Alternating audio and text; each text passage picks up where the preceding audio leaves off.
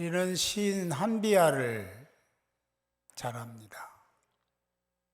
한비야의 책 중에 지도 밖으로 행군하라는 책이 있는데 거기에 기록된 시 하나가 있습니다. 내 가슴을 뛰게 하는 일, 오늘도 나에게 묻고 또 묻는다. 무엇이 나를 움직이는가? 가벼운 바람에도 성난 불꽃처럼 타오르는 내 열정의 정체는 무엇인가? 소진했을지라도 마지막 남은 에너지를 기꺼이 쏟고 싶은 그 일은 무엇인가? 많은 것을 생각하게 해주는 시죠. 한비야는 어릴 때부터 긴급 구호 단체에서 활동하기를 원했습니다. 소망대로 그는 긴급 구호 단체의 팀장이 되었죠. 그리고 여기저기 긴급 투입이 돼서 구호 활동을 벌였는데 어떤 분이 질문을 했습니다. 왜 하필이면 이렇게 힘이 든 긴급 구호 팀장이 되었습니까? 한비야는 그때 이렇게 대답을 합니다. 이 일이 내 가슴, 심장을 뛰게 하고 내 피를 끓게 만들기 때문입니다. 아무나 그렇게 되는 건 아닌 것 같아요. 육체적으로는 힘들어요. 고통스러워요. 그렇다고 뭐 특별히 생기는 것도 없잖아요. 봉사직이니까. 그런데 그 일만 하면 피가 끓어올라. 거기에 참여만 하면 심장이 쿵쾅거리고 막 뛰어. 이런 봉사하면서 이런 일이 일어납니까? 교회에서 나와서 이것 좀 해달라고 하면 그런 마음으로 하십니까? 아무나 그런 건 아닌 것 같아요. 여기 오늘 예배에 나오신 여러분들은 심장이 멈춘 사람은 없어요.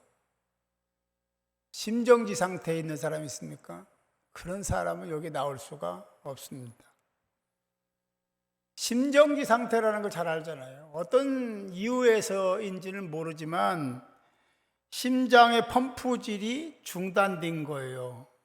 심정지 상태라고 얘기를 하죠. 피를 공급하지 못하면 뇌가 정지돼요. 그리고 시간이 흐를수록 뇌가 죽습니다. 그래서 여러분 심폐소생술이라는 거 알잖아요. 이렇게 깍지고 막 이렇게 누르는 거 봤잖아요. 그걸 왜 하냐면 심장이 정지됐기 때문에 피를 공급하기 위해서 그러는 거예요. 그래야 뇌 세포가 죽지 않고 숨이 돌아오기 때문에 의사들은 사람의 질병을 고치고 생명을 연장시키는 일에 헌신된 자들이고 헌신해야 될 자들입니다. 한비야가 소말리아의 내전에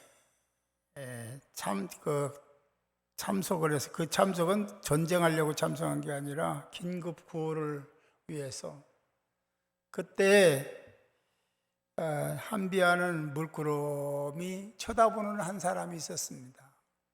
그는 케냐에서 온 의사였는데요. 이리 뛰고 저리 뛰고 막 땀을 뻘뻘 흘리면서 환자들을 돌보는 케냐의 아센테라는 의사를 물끄러미 바라보고 있었습니다. 그리고 한참 후에 한비야가 하는 말이 멋있다. 이 외마디를 했다고 그러죠. 의사는 알잖아요. 얼마든지 명예를 얻을 수 있고 돈도 얻을 수 있습니다. 노력한 만큼 부를 축적할 수 있다는 거죠. 그런데 그것을 포기하고 아니 소말리아 내전까지 와가지고 위험을 무릅쓰고 말입니다. 그렇게 돌보고 있는 그를 바라보면서 한비야가 똑같은 생각을 가졌던 거죠. 공감대가 형성됐어요. 동일시 됐던 겁니다. 그래서 이야 멋있다 라고 표현을 했다라는 생각을 할 수 있죠. 아센테에게 물었습니다. 당신은 의사고 돈 벌 수도 있고 뭐 얼마든지 존경받을 수 있는 위치에 있는데 왜 케냐로부터 여기까지 왔습니까? 그가 하는 말이 내가 이 일을 하는 이유는 여기까지 온 이유는 무엇보다도 내 심장을 뛰게 하는 일이 이것이기 때문에 내가 이곳에 와서 이렇게 봉사하고 섬기고 있습니다. 다른 사람의 심장을 누가 뛰게 할 수 있을까? 다른 사람의 심장을 뛰게 하려면 먼저 내 자신의 심장이 뛰고 있어야 돼요.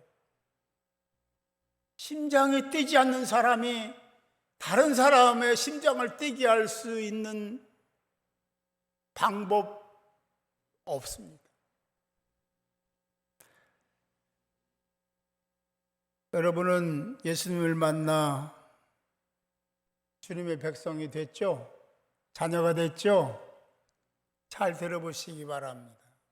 사마리아 여인 잘 알아요. 사마리아 여인은 사마리아 지역하고 유대 공동체하고 그도 뭐 유대 공동체라는 게 좀 그렇긴 하지만 남유다하고는 굉장히 상극입니다. 상종을 안 해. 그 땅에 들어가지도 않아. 들어가면요 지탄의 대상이 되니까. 근데 사마리아 지역에서도 이지매를 당하고 무시를 당하며 상종하지 않는 한 여인이 있었습니다. 우물가에서 예수님 만났잖아요. 그리고 영적인 심정지 상태에 있었던 그가 심장이 뛰기 시작한 겁니다. 쿵쾅거리면서 말입니다. 이런 은혜를 경험하시기 바랍니다. 예수 만나도 아무런 기미도 없어. 그냥 변화가 없어. 이거 안 되는 거예요. 예수 만난 그는 심정지, 영적인 심정지 상태에 있던 그가 다시 심장이 막 뛰기 시작한 거예요. 그리고 예수를 만났기 때문에 그렇잖아요. 그리고 그 심장이 뛰는 열정, 그 흥분 상태를 가라앉히지 못하고 자기 반기는 사람 하나도 없는데 동네로 뛰어들어가서 와 보라, 가봐라, 예수다, 메시아다 라고 외쳤잖아요. 예수를 만난 사람의 특징입니다.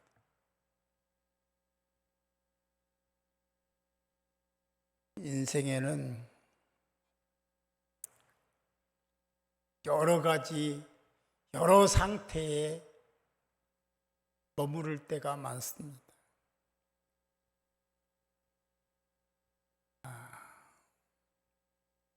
사울, 바울이 됐죠. 사울이 바울이 됐습니다. 사울은 예수 믿는 사람을 굉장히 싫어했습니다.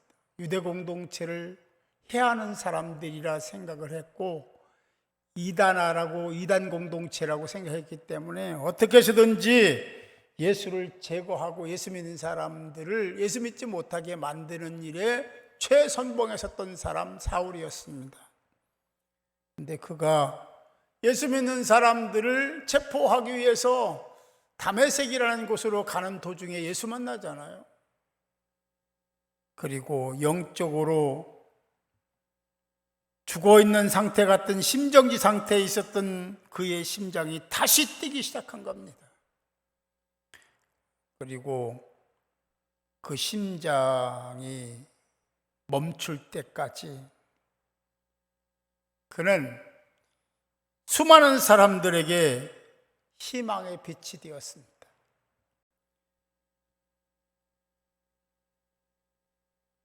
인생에는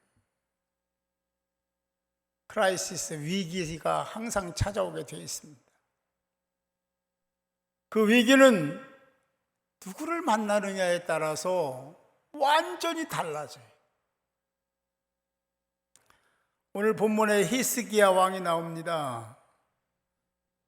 그 계보, 그러니까 우리 조상 때부터 내려오는 계보를 보면 우예로 우시야 왕 알잖아요. 우시야. 그 다음에 우시야 아들이 요담입니다. 요담 밑에가 아하스고 아하스 아들이 히스기야입니다. 뭐 하도 많이 들었으니까 이름들은 다 알고 계시잖아요. 증조 할아버지 우시야는 아시잖아요. 문둥병 걸려 죽었습니다. 그거 제 얘기 안 해도 알 거예요. 할아버지 요담은 하나님의 성전 전에 들어가지도 않았습니다. 아버지 아하스는 아예 성전을 폐쇄시켰습니다.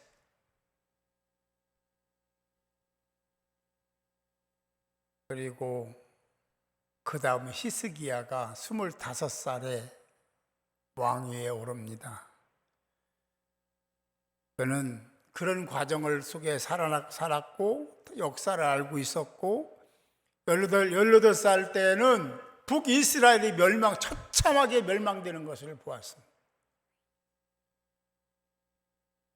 또 조상들이 오늘 말씀에 나오지만 여호와 보시기에 악을 행하고 여호와의 성소를 등지고 제사를 중단했다는 말이 6절, 7절에 이어서 나옵니다.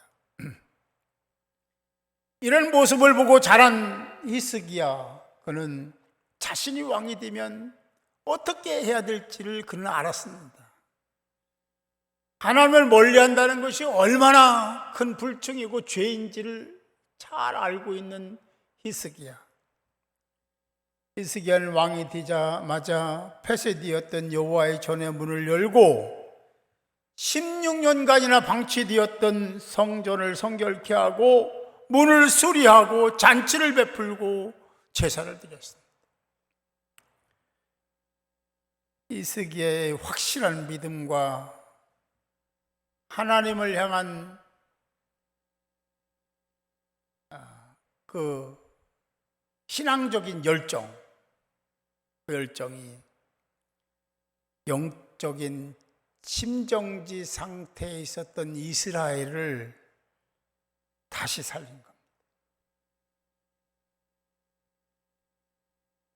누가 나라를 살리고 교회를 살리고 성도를 살리고 가정을 회복시킬 수 있을까? 사랑하는 성도 여러분, 여러분의 심장을 뛰게 한 분은 누굽니까?